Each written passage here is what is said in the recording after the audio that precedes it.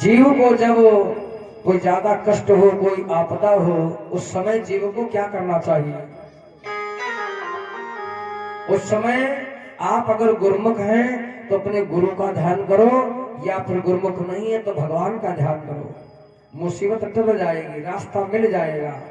प्यारे, गुरु हमारे जीवन के लिए इसलिए जरूरी होते हैं, हमारे जीवन के कष्ट को दूर करने के लिए गुरु का कार्य है।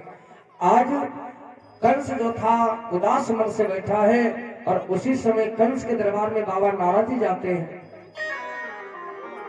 इस भैया की तरफ से 10 मुद्राओं का दान हुआ है, बहुत बहुत साधुवाद है, मंगल कामना है। बाबा नारद ने कंस से कहा, कंस राज, बोले राजनी दिन दिन तेरी क्यों दशा बिगड़ती जाती है।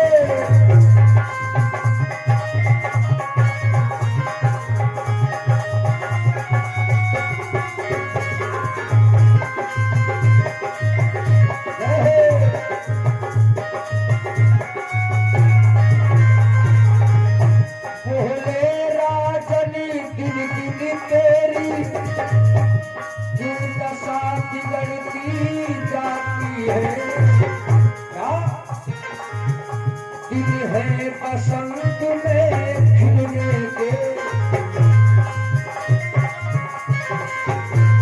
दिन है, बसंत में खिलने के, पर कली सिकुड़ती जाती है।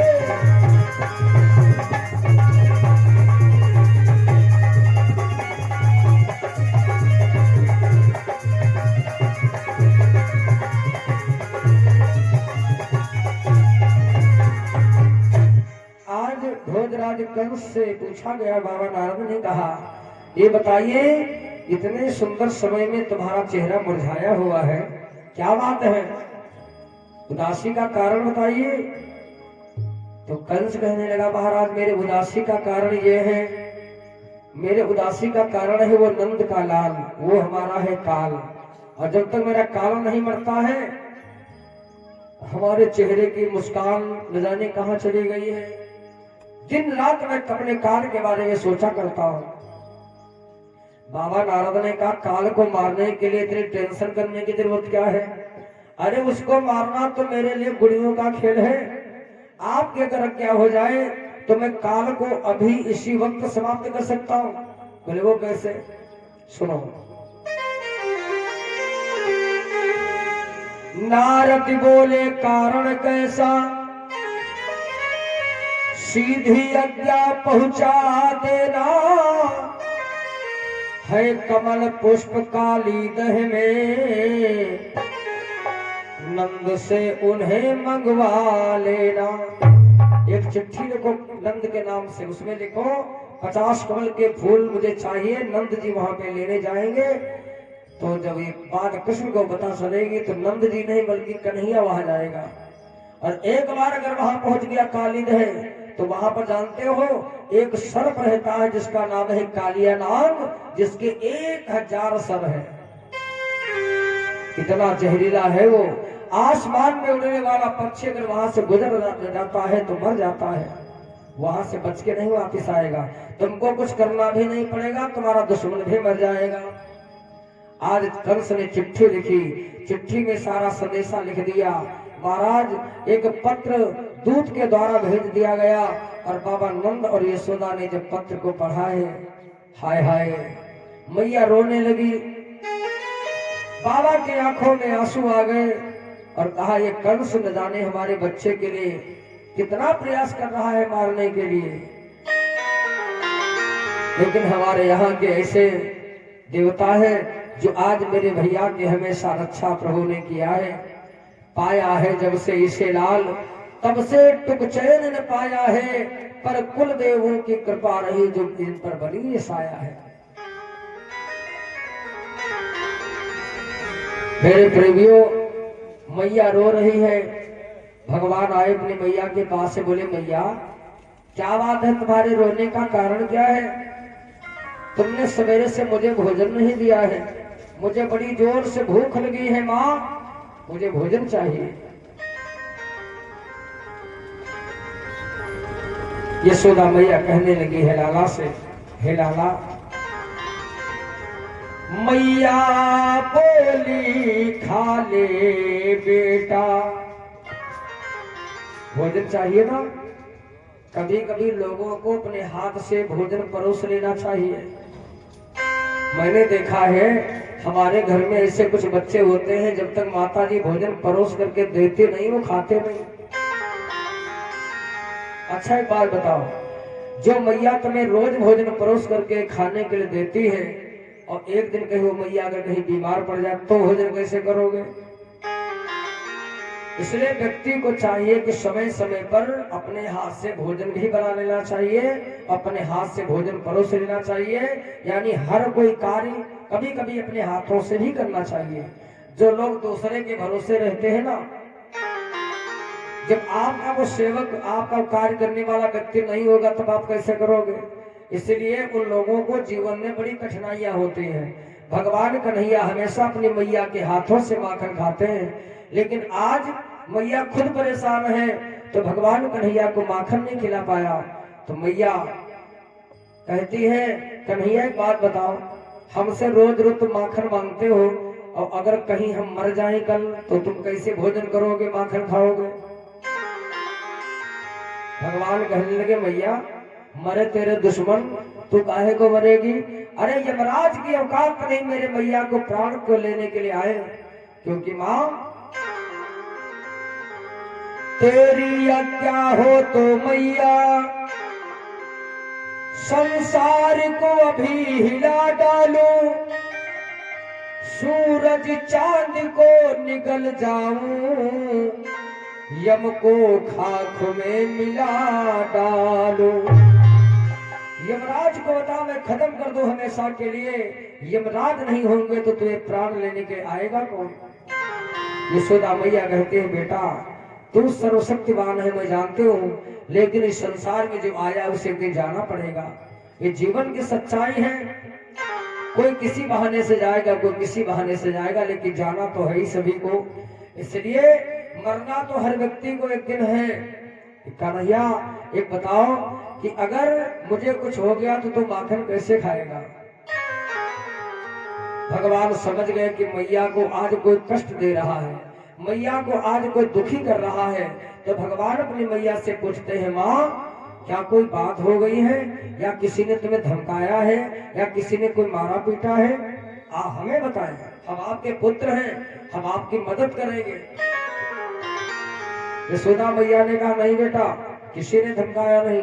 यशोदा ने सोचा कहीं मैंने कन्हैया को बता दिया कि कंस की चिट्ठी आई है, कमल के फूल उसने मंगाया है, ये इतना जिद्दी है, इतना जिद्दी है कि तुरंत भाग खड़ा होगा। काली दही का जल इतना जहरीला है कि मेरा बेटा बेमौत मारा जाएगा। इसीलिए मैया ने कुछ बताया नहीं। बाबा के पास से भगवान गए, बाबा ए बाबा क्या बात है, क्यों रो रहे हो, क्यों क्या परेशानी है? नंद बाबा ने भी कुछ नहीं बताया, लेकिन नंद बाबा के बगल में वो चिट्ठी थमी हुई है। भगवान जानते सब कुछ है और बोले, बाबा कोई जरूर परेशानी है, लेकिन तुम हमसे छिपाना चाहते हो। भगवान ने क्या क्या झपट करके वो चिट्ठी भगवान ने छीन लिया, और जब चिट्ठी छीन लिया तो भगवान ने चिट्ठी को देखा, अरे इसमें तो मामा ने 50 कमल के फूल मंगाए हैं। अरे मैया तू कैसी बातें कर रही है? हम तो कंस मामा के यहाँ 50 कमल के फूल नहीं 100 कमल के फूल भेजेंगे। और भगवान भाग खड़े हुए। यशोदा मैया ने कहा, कान्हा रुको, तू नहीं जाएगा, कहीं नहीं जाएगा, तुझे यशोदा मैया की कसम है। अब तो भगवान ने तुरंत अपने चरण रोक लिए, क्योंकि मैया ने आज भगवान को सौगंध खिला दी है, कसम के बंधन में मानो बांध दिया है। पहले के समय में जब कोई बहुत बड़ी बात हो जाती थी तो लोग कसम खिलाते थे, कसम खा जाओ ये तुमने नहीं किया, वो नहीं किया। और आजकल भैया तो 1-1 रुपए के लोग कसम खा जाते हैं, जरा जरा सी बात के लिए लोग कसम खा जाते हैं। तो गंगा मैया बड़ी परेशान हो गई, बोले कसम किसी को लगेगी ही नहीं। आज भी हमारे ऐसे कुछ स्थान होते हैं जहाँ पे लोग कसम खाने जाते हैं तो जो है खुल करके बात सामने आ जाती है। हाँ, वहां पे कसम भैया सत्य हो जाती है। लेकिन बात बात में लोग जब कसम खा जाते हैं तो प्यारे, आजकल लोग कसम की कोई मर्यादा नहीं करता। आप कहीं जा रहे हो, लोग पूछते कहाँ जा रहे हो, बोले बस बाजार तक जा रहा हूँ। नहीं तो झूठ बोल रहा है। अरे नहीं भैया, कसम से बाजार जा रहे हैं। लोग बाजार के लिए कसम खा गए, कहीं यात्रा के लिए कसम खा गए, कहीं भोजन के लिए कसम खा गए, किसी बात को लेकर के कसम खा गए। भगवान कन्हैया ने आज कसम के बंधन की मर्यादा की है और कहा मैया आज तूने मुझे ऐसे कसम के बंधन में बांध दिया है कि मैं आज तेरे घर से बाहर नहीं जा सकता। भगवान को आज अपने घर में रुके हुए 5 दिन हो गया। जब 5 दिन हो गया, भगवान कन्हैया किसी ग्वालों से नहीं मिले, किसी को भोजन नहीं खिलाया, गौ माता की भगवान ने सेवा नहीं कर पाई, क्योंकि भगवान गैया चराने जाते थे ना। अब भगवान को अच्छा नहीं लग रहा है। प्रभु का नाम है बिहारी। बिहारी वही होता है जो प्रतिदिन बिहार करने के लिए जाता हो। मनमोहन वही होता है जो हर व्यक्ति को देख करके तुरंत उसको मनमोहित हो जाए, उसे मनमोहन कहते हैं। आज मेरे कान्हा जी गौ सेवा करते हैं, संत सेवा करते हैं, दीनों की मदद करते हैं। आज 5 दिनों से भगवान ने कोई सेवा नहीं कर पाया। भगवान कहते हैं क्या करूं भैया, क्या करूं, मैया को मैं कैसे समझाऊं, मैया की कसम कैसे टूटे। तो प्रभु ने विचार किया ऐसा करें, चलो आज हम थोड़ा मैया को परेशान करें। जब छोटे छोटे बच्चे मैया को परेशान करते हैं तो मैया यही कहती है जा बेटा कहीं से खेल कूद आओ। मैया यही कहती है जा बेटा घर से बाहर खेलो कूदो जाके, हमको परेशान ना करो। ज्यादातर मैया यही बोलती है बच्चों से। आज भगवान ने सोचा मैया को मैं परेशान करूंगा तो मैया हमको खेलने के लिए बोल देगी, तो मैं खेलने के बहाने से यहाँ से चला जाऊंगा। मैया, वो यशोदा मैया, क्या है कन्हैया, मैया मैं 5 दिन से तेरे घर में बैठा हूँ लेकिन मेरा मन नहीं लग रहा है जब तक मैं किसी से मिलता नहीं हूँ। आप ऐसा करो हमारे लिए 2-4 खिलौने मंगा दो, हम वही खिलौने घर में खेला करेंगे। हाँ लाला ये ठीक रहेगा। तो बताओ तुम्हें कौन से खिलौने चाहिए। अब भगवान देखो मैया से खिलौने मांग रहे हैं। कैसे? अरे कुंजने बन खेले मेरे, आप सभी लोग बोलेंगे कुंजने बन खेले मेरे, बारे कन्हैया कुंजने बन खेले मेरे, बारे कन्हैया कुंजने बन खेले मेरे, बारे कन्हैया।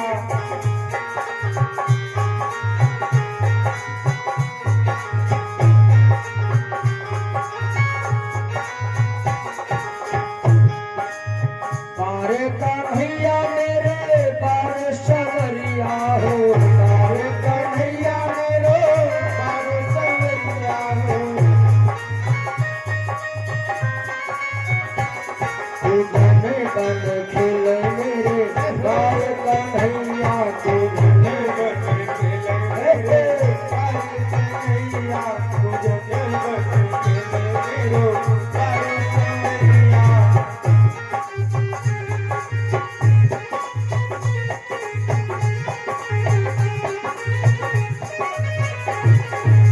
भगवान कहते हैं भैया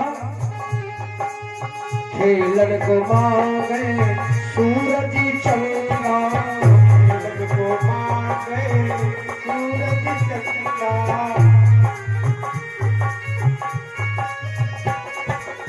खेलन को मांगे सूरज चंदा, खेलन को मांगे सूरज चंदा। ऊपर से मांगे जो नैया कहाँ पाँव मेरे, बारे कन्हैया जो नैया कहाँ पाँव मेरे, भैया जो नैया कहाँ पाँव मेरे, बारे कन्हैया।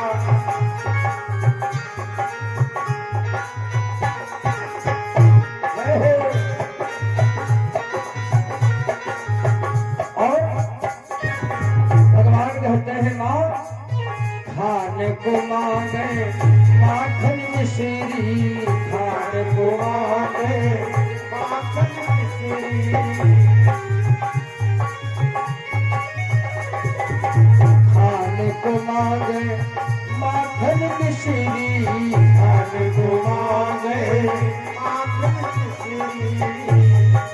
ऊपर से मांगे जो भैया, ऊपर से मांगे मलैया, मलैया कहाँ पाओ मेरे गाए कन्हैया, मलैया कहाँ पाओ मेरे कन्हैया, मलैया कहाँ पाओ मेरे गाए कन्हैया।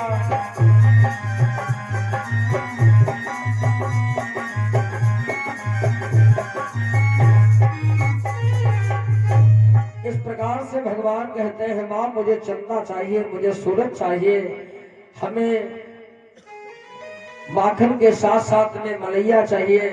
आज मैया बड़ी परेशान हो गई, चंदा कहाँ से लाऊं, चंदा तो बहुत दूर है, सूरज तो बहुत दूर है। मैया ने सोचा छोटा सा है, अभी थोड़े इसको बहका दिया जाए। एक बाल्टी में मैया ने पानी भर करके रखा, आंगन में धूप निकली हुई थी और पानी भर करके रखा और उसमें पानी के अंदर जो है सूरज की जो है परछाई दिखाई पड़ी। जब परछाई दिखाई पड़ी और यशोदा मैया ने बुलाया कन्हैया को, ए कन्हैया, ए कन्हैया, देखो तेरा सूरज आ गया, खेलो आके, खेलो आके। भगवान दौड़ करके आए, देखा वो परछाई दिखाई पड़ रही थी सूरज की। मैया तूने बड़ी जल्दी मंगा लिया सूरज बाबा को। हाँ हाँ, रात्रि जब होगी तो चंदा मामा भी आएगा, रात्रि में चंदा मामा आएगा, दिन में सूरज मामा आ गया। अच्छा मैया तूने बड़ी जल्दी मंगा लिया। अरे हाँ लाला, मैं तुझे इतना मानती हूँ ना, इसीलिए हमने तेरे लिए सब जल्दी मंगाया है, खेलो सूरज के साथ। भगवान कन्हैया बोले मैया बताओ सूरज बाबा को हम गायब कर दें। लाला कैसे गायब करोगे? भगवान ने गुस्से में मारी लात, पानी फैल गया, सूरज बाबा गायब हो गया। अरे मेरी मैया हम इतने छोटे नहीं जितना तो समझ रही, हम सब जानते हैं, तू नहीं ला सकती। अब भगवान जिद करते हैं मुझे मलैया चाहिए, मुझे माखन चाहिए, मुझे मिश्री चाहिए, और ऐसी चीज भगवान मांग रहे हैं जो इस समय मैया के पास नहीं है। मैया परेशान हो गई। एकदम से जब मैया परेशान हो गई तो मैया बोली लाला जाओ ऐसा करो, बाहर थोड़ा खेल कूद आओ, और ये जो आइटम तुम बता रहे हो तुम्हारे बाबा जी शाम को ला देंगे। भगवान तो यही चाहते हैं कि मैया हमको खेलने के लिए कहे। एकदम से भगवान भाग खड़े हुए, कहाँ पहुंचे? एक भगवान का बड़ा ही परम सखा था, इसका नाम था दामा भैया। दामा नाम का गौर जो था भगवान का बहुत प्रिय है, और दामा के पास में एक गेंद थी खेलने वाली, बहुत सुंदर गेंद है। भगवान ने कहा दामा भैया चलो आज वो गेंद लेकर के हम लोग गेंद खेलने चलेंगे जमुना के किनारे। दामा ने कही बहुत अच्छी बात है, मन सुखा तैयार होगा, छदामी तैयार होगा, मदन गोपाल संकीर्ण रेता मेहता जितने ग्वारवाल थे सब तैयार हो गए, गेंद खेलने के लिए भगवान जा रहे हैं। चले प्रभु नागनाथन को बहाना गेंद का करके। हमने यहाँ पे कुछ लोगों को बताया था कि नाथने का अर्थ क्या होता है। नाथने का अर्थ यही होता है महाराज, अहंकारियों का अहंकार टूट जाए, अज्ञानियों को ज्ञान मिल जाए, और भगवान अपने भक्त को अपने बंधन में कर ले, इसी को कहा जाता है नाथना। किसी जानवर के जब नाथ पड़ जाती है ना तो आपके कब्जे में हो जाता है, तो जब तक नाथ नहीं पड़ेगी तब तक आपके कब्जे में नहीं होगा। तो भगवान जिस किसी को बंधन में कर लेते हैं उसी को नाथना कहते हैं। आज भगवान चल पड़े, गेंद का खेल खेल रहे हैं, और खेलते खेलते भगवान को जब काफी समय हो गया, भगवान ने इस गेंद को लिया हाथ में और ऐसा उछाला पृथ्वी पर, आज वो गेंद जी थी उछलती हुई जाकर के जमुना में गिर जाती है।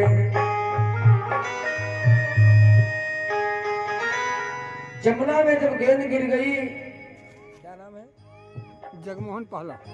हाँ भाई, पाला से जगमोहन जी के यहाँ से 51 में भगवान के चरणों में समर्पित है। बहुत बहुत साधुवाद है, मंगल कामना है, माता रानी हमेशा कृपा करते रहे।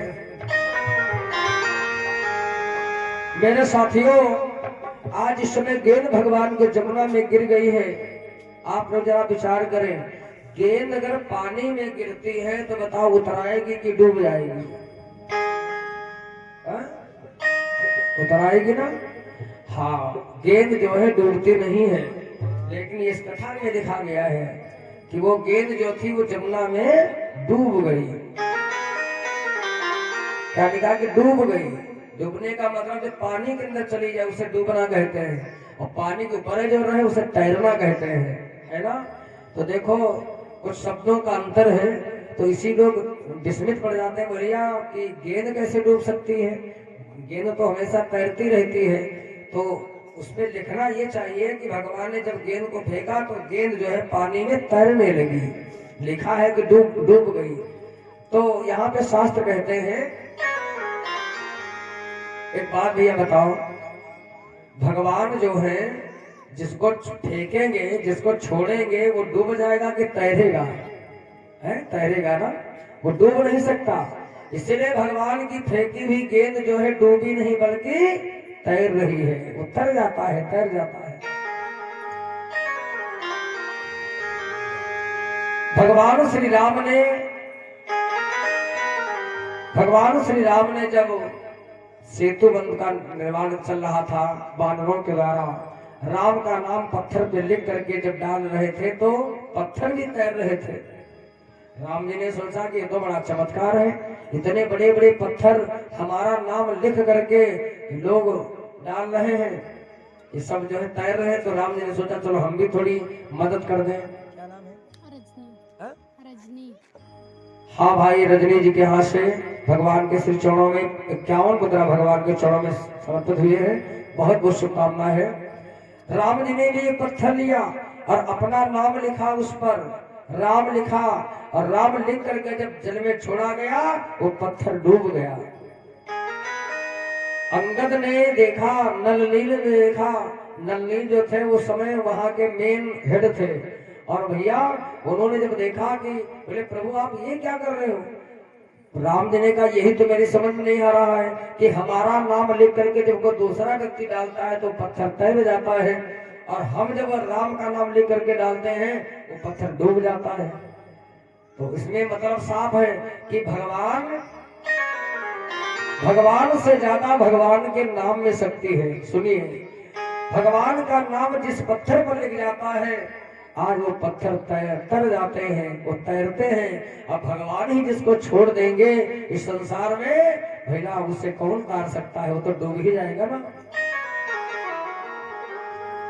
गेंद को भगवान ने फेंका तो वो तैरने लगी है, तर गई गेंद, इतनी पवित्र गेंद हो गई वो। आज दामा ने देखा, बोले क्यों रे कन्हैया ये तूने क्या कर दिया, मेरी गेंद इतनी प्यारी सी गेंद तूने जमुना में फेंक दिया। भगवान ने कहा भैया गलती से हो गया, अब कभी नहीं होगा। ऐसा करो, गेंद तुम्हारी प्यारी है ना, इससे बढ़िया मैं गेंद मंगवा दूंगा, एक नहीं 4 मंगवा दूंगा बाबा जी से, लेकिन अब इसको भूल जाओ। दामा ने कहा बिल्कुल नहीं भूलूंगा, आज मैं तेरी पिटाई कर दूंगा। आज दामा दौड़ा और भगवान को मारने लगा है।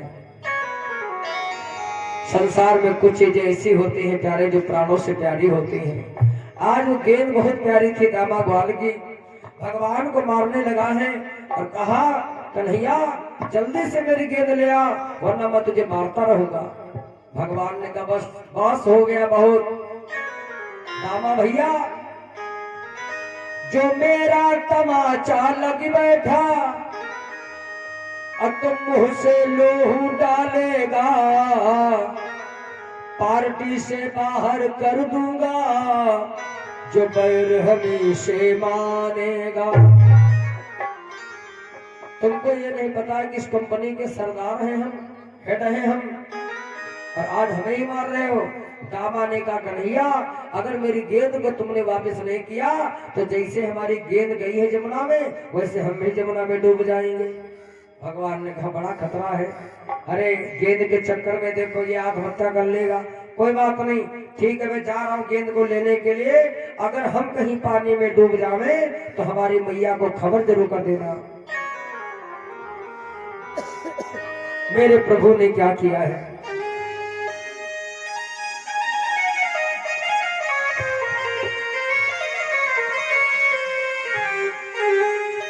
और चढ़े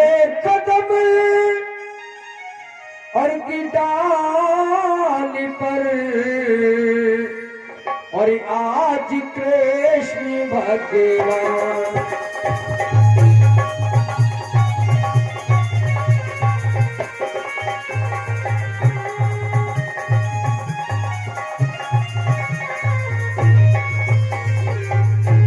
चढ़े कदम की डाली पर और आज कृष्ण भगवान और कूदे जल की धार में और मचा है हाहाकार।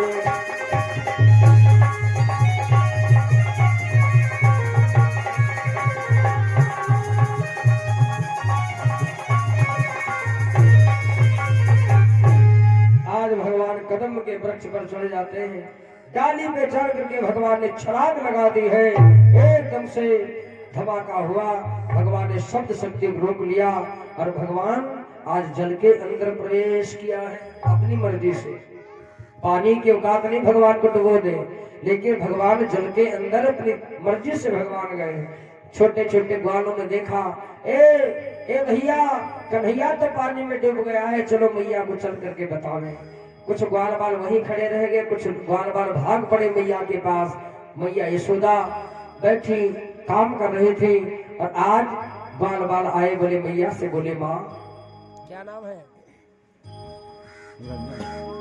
निरंजन। हाँ, ये हमारे दादा निरंजन दादा जी की तरफ से भगवान के चरणों में 10 मुद्राओं का दान समर्पित हुआ है। बहुत बहुत शुभकामना है। मैया मैया बाबा बाबा विश्व का सितारा डूब गया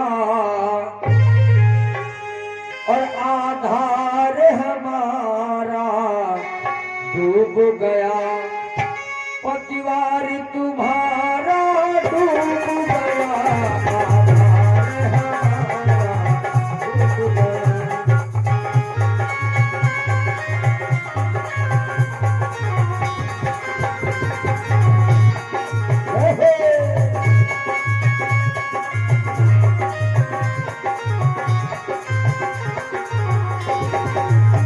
और क्या बोले हैं बार बार मैया यशोदा से, माँ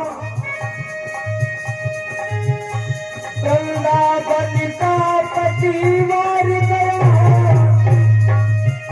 वो गोपी का श्रृंगार गया,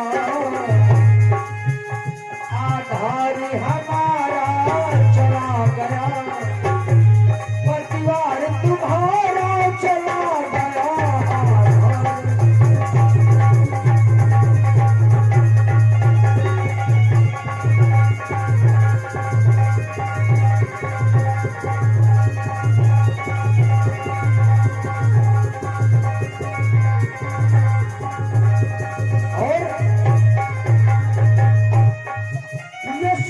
चिल्लाई धड़ मारी, वो तेरे छैया कहाँ गए, मैया के भैया कहाँ गए, ओ कुंवरी कन्हैया कहाँ गए।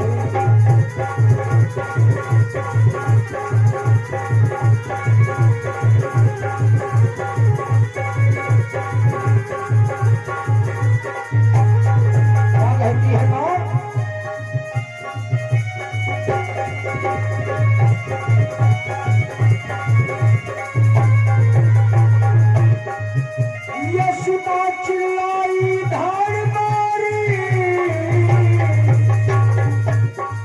वो तेरे छैया कहाँ गए, मैया के भैया कहाँ गए, ये कुंवर कन्हैया कहाँ गए।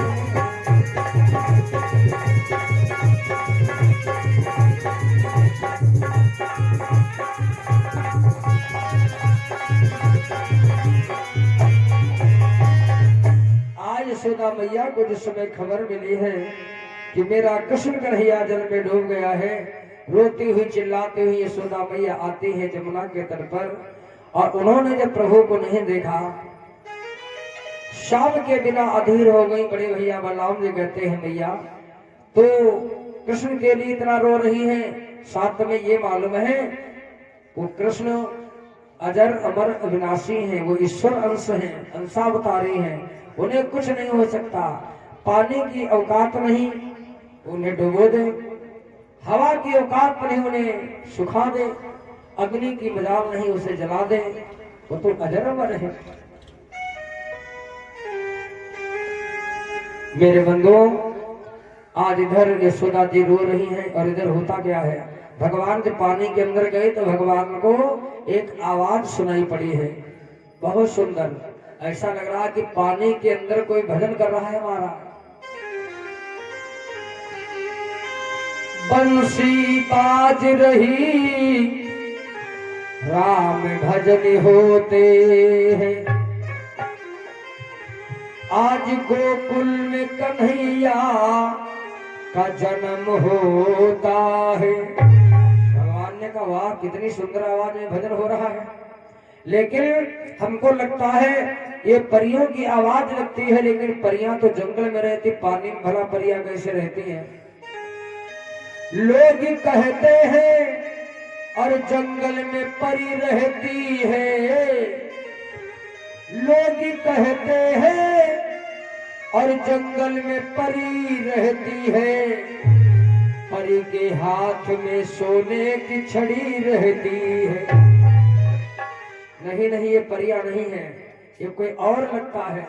आज भगवान और थोड़ा गहराई में पहुंचे तो मेरे प्रभु ने क्या देखा है। ये भजन जो है कौन गा रहा है,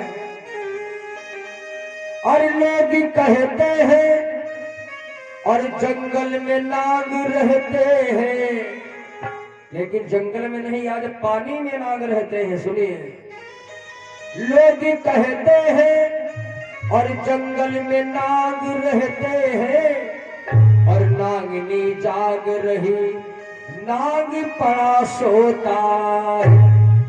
भगवान जब अंदर पहुंचे जल के अंदर गहराई में तो देखा नागनी जाग रही है, नाग पड़ा सोता है। कितना बड़ा नाग, 1000 सर है जिस नाग के। ऐसे नाग का नाम था कालिया नाग। ए भैया, भगवान जब उसके पास में गए तो नागिन ने देखा। जब नागिन ने देखा तो नागिन कहने लगी, अरे लाला, अरे बेटा तुम कौन हो, और ये बताओ तुम पानी के अंदर कैसे आ गए। भगवान कन्हैया ने कहा मैं अपनी मर्जी से आया हूं। क्यों? क्योंकि मैं तुम्हारे पति से थोड़ा मिलना चाहते हैं। भगवान ने कहा नहीं। नागिन कहती है बेटा मेरे स्वामी के चक्कर में ना पड़ो, ये बड़ा अहंकारी है। अगर मेरे स्वामी के चक्कर में पड़ोगे तो वास्तव में तुम्हारा जहर के द्वारा प्रणांत हो जाएगा। मेरे बंधुओं, आज क्या होता है, भगवान नागिन से बोले तो जल्दी करो ना, अपने पति को जगा लो, मैं 2 बातें करूंगा, यहां से चला जाऊंगा। नागिन भगवान के स्वरूप को देखती है, विचार करने लगी, भैया अगर मैंने जगा दिया अपने स्वामी को, एक ही फुकार से इस बच्चे के टुकड़े टुकड़े हो जाएंगे। नागिन बोली भैया, नागिन बोली भाग जा जल्द, क्यों नाहक प्राण खो रहा है। सौभाग्य समझी अपना लाला, ये काली नाग सो रहा है। ये नाग सो रहा है, तुम्हारी खैर इसी में है, तो यहां से चले जाओ। भगवान ने कहा नहीं जाऊंगा। सुनो,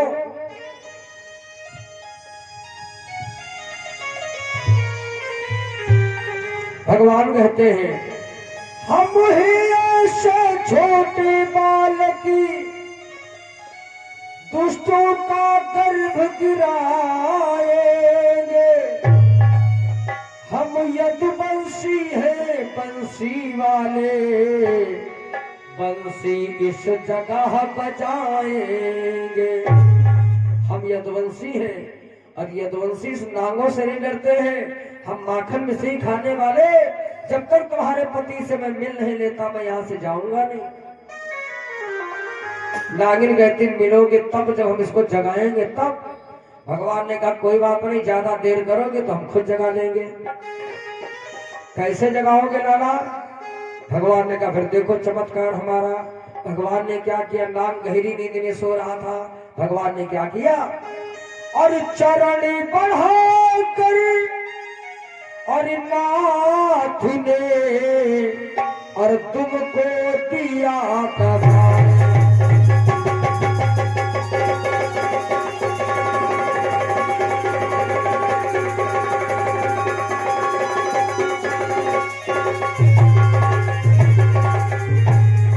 चरणी बढ़ा कर नाथ ने और तुमको दिया दबाए। अब फुकारे भरता हुआ और उठा नाग संभाल।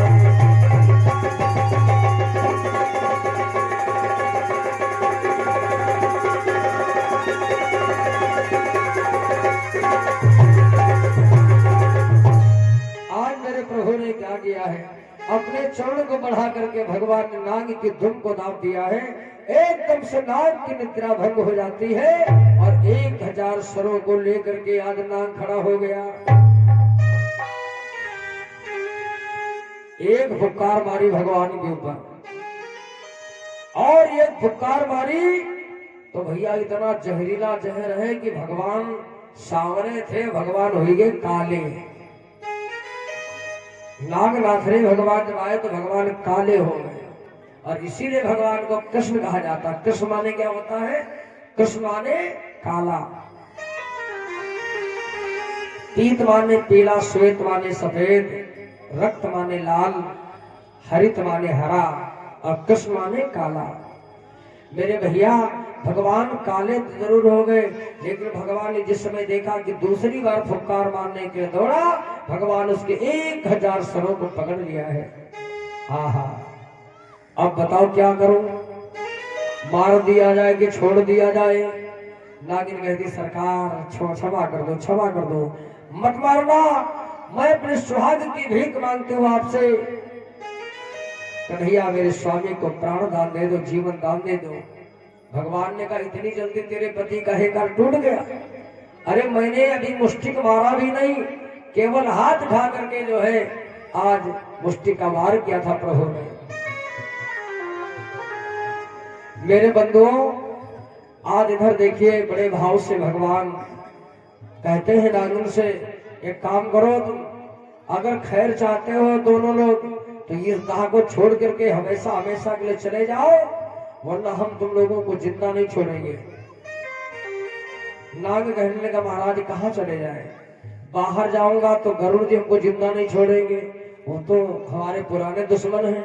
भगवान ने कहा गरुड़ तो मेरा वाहन है, कोई बात नहीं, आज से तुम भी मेरे भक्त हो, गरुड़ भी मेरा भक्त है।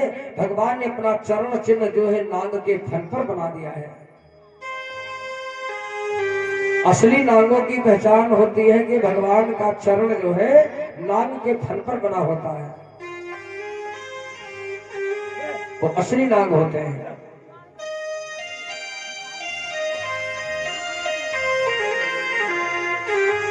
मेरे साथियों आज नाग ने क्या किया, भगवान के लिए कमल के फूल तोड़ करके दिया है और उसके बाद में भगवान आकर के नाग के फन पर सवार होते हैं। भगवान नृत्य कर रहे हैं। देखो नृत्य करने में नाचने में अंतर होता है। भगवान कन्हैया जो है वो नृत्य करते थे, आज भगवान कन्हैया ने नृत्य किया है। क्या नाम है इसका? प्रियोम 10 रुपए। प्रियोम भैया की तरफ से भैया नाम बहुत बढ़िया बढ़िया बच्चों के मिले हैं। हाँ बहुत अच्छा, अच्छी बात है, नाम हमेशा ऐसा ही होना चाहिए जिस नाम का कोई अर्थ निकलता हो। जैसे किसी का नाम, क्या नाम है? नैन्सी। हाँ भाई, नैन्सी बिटिया की तरफ से 20 रुपए भगवान के चरणों में समर्पित है। किसी का नाम जैसे विवेक होता है, विवेक। विवेक का मतलब क्या होता है? विवेक माने बुद्धि। जिसके पास विवेक है, ज्ञान है, उसी को विवेक कहा जाता है। किसी का नाम सागर है, सागर का अर्थ ये होता है कि जितनी सागर की गहराई होती है, सागर में इतनी गहराई होती है तो 2-4 नदियों का जल उसमें आकर के गिर जाए कोई फर्क नहीं है। सागर वही है जिसकी जो है क्षमता की कोई सीमा नहीं है, जिसके हृदय की कोई क्षमता की सीमा नहीं है, उसे सागर कहते हैं। तो कहने का भाव ये है कि नाम ऐसा ही होना चाहिए, यथा नामे तथा गुणे। आज भगवान श्याम जी थे, आज कृष्ण भगवान बन गए हैं, क्योंकि भगवान मेरे काले हो गए हैं। जो लोग मुजफ्फरनगर को गए होंगे तो मुजफ्फरनगर में महाराज एक स्थान है, वहां पे मंदिर है भगवान कन्हैया जी का। तो वहां पर जब मैंने एक सत्संग किया, एक कार्यक्रम के माध्यम से मैं गया था, तो वहां मैंने भैया से पूछा, भैया यहाँ कोई स्थान बहुत बढ़िया देखने वाला? बोले हाँ महाराज एक इतना बढ़िया स्थान है। तो हमने कहा किसका स्थान है? बोले काले राम का। हमने कहा काले राम? काले राम भगवान तुमने पहली बार सुना है? बोले नहीं महाराज स्थान बहुत बढ़िया है, काले राम भगवान। तो हम भाई वहां गए, काले राम का दर्शन करने के लिए 50 रुपए किराया लगता था। वहां किसी साधन से वहां पहुंचे तो देखा वो स्थान कृष्ण भगवान का था। कृष्ण भगवान बिल्कुल काले काले रूप में। तो हमने कहा ये बताइए ये भगवान काले राम इनका नाम क्यों पड़ गया? भगवान काले कब से हो गए? तो देखो जैसे हमारे प्रभु जी हैं नीले, भगवान का जो वास्तविक रंग जो है नीलांबर भगवान है, नीलांबर श्यामल कोमलांगम। भगवान नीले है ना। और सीता जी कैसी हैं? पीत वर्ण की हैं। सीता जी पीली। तो नीला पीला जब मिला दोगे एक में तो कौन सा रंग हो जाएगा? नीला पीला एक में मिला दोगे तो क्या हो जाएगा? तो हो जाएगा काला। ध्यान देना।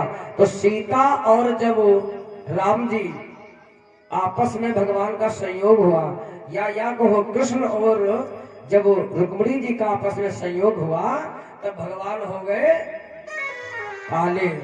हम लोग बोलते हरे राम राम राम हरे हरे, और हरे कृष्ण कृष्ण कृष्ण हरे हरे।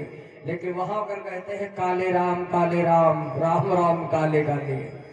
तो आज मेरे प्रभु काले हैं, और वास्तव में काले राम का मंदिर बहुत प्रसिद्ध है मुजफ्फरनगर में। तो महाराज एक बार दर्शन करने का अवसर मिला है। हमारे भारत में केवल ये प्रधान देश इसलिए कहा जाता है, ये संतों का देश है, ये सतियों का देश है, ये सूरवीरों का देश है। हमारे भारत में ऐसे ऐसे सूरवीर हुए जिनका नाम अमर हो गया इतिहासों के पन्नों में। आज बड़े गौरव से हम सभी लोग उन सूरवीर क्षत्रियों सतियों का नाम लेते हैं। बोल गोविंद भगवान की जय हो। मेरे भगवत प्रेमियों, आज भगवान काले हो गए, लेकिन नाग को नाथ करके भगवान नृत्य करते हुए आ रहे हैं। जल के ऊपर जिस समय भगवान आए, हाय भगवान, यशोदा मैया ने देखा अपने लाला को, मेरा छोटा सा लाला देखो नाग के ऊपर नाच रहा है।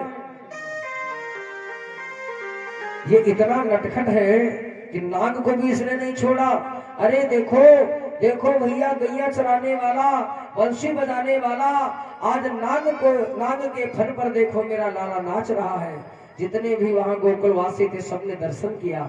और आज नाग ने क्या किया, भगवान को बड़े प्रेम से आज यमुना के किनारे उतार करके सत्संग भवन को चला गया।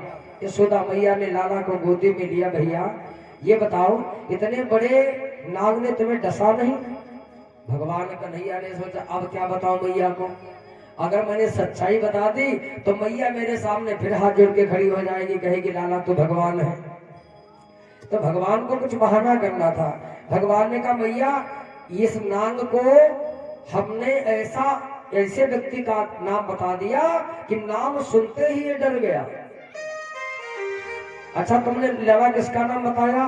बोले नाग जब हमको डसने के लिए दौड़ा तो हमने कहा हमको डसना नहीं, तुमको मालूम नहीं है कि हम कंस मामा के सगे भांजे हैं, सगे भांजे। अब कंस मामा का नाम तो सुन के देवता भी कांप जाते हैं। इतना शक्तिशाली कंस था कि बड़े बड़े देवता भी कंस का नाम सुन करके डर जाते थे। तो नाग भी डर गया। यशोदा मैया ने कहा चलो बहुत बढ़िया है, चलो लाला आज सब लोग मिलकर के अपने नगर को चलते हैं। आज भगवान नंद बाबा इत्यादि सभी लोग अपने गांव पहुंचे हैं। बाबा नंद ने कहा सुनो मेरे गांव के लोगों, आज से ये गोकुल गांव में छोड़ने जा रहा हूं। लोगों ने कहा बाबा गांव छोड़ दोगे? बोले हाँ बिल्कुल छोड़ देंगे, ये गांव में बड़ा खतरा है, इस गांव में बड़े दुष्ट आते रहते हैं। वो मथुरा मेरे गिरना के ठीक सामने मेरा गोकुल पड़ता है ना, मथुरा से कोई निशाचर आता है तो गोकुले में आकर के आक्रमण कर देता है। इसलिए हम ऐसे गांव में रुकेंगे जिस गांव में किसी प्रकार की कोई परेशानी नहीं है, न वहाँ पानी की परेशानी, न वहाँ खेती की परेशानी, वहाँ के जो लोग निवासी सब बहुत अच्छे हैं। अच्छा बाबा वो कौन सा गांव है? वो गांव है ब्रजभूमि। ब्रज के मंडल में हम लोग रहेंगे, जहाँ पर चारों तरफ से पर्वत ही पर्वत हैं। वहाँ पर गोवर्धन पर्वत है बहुत विशाल, जो गंगा जी जो है जमुना जी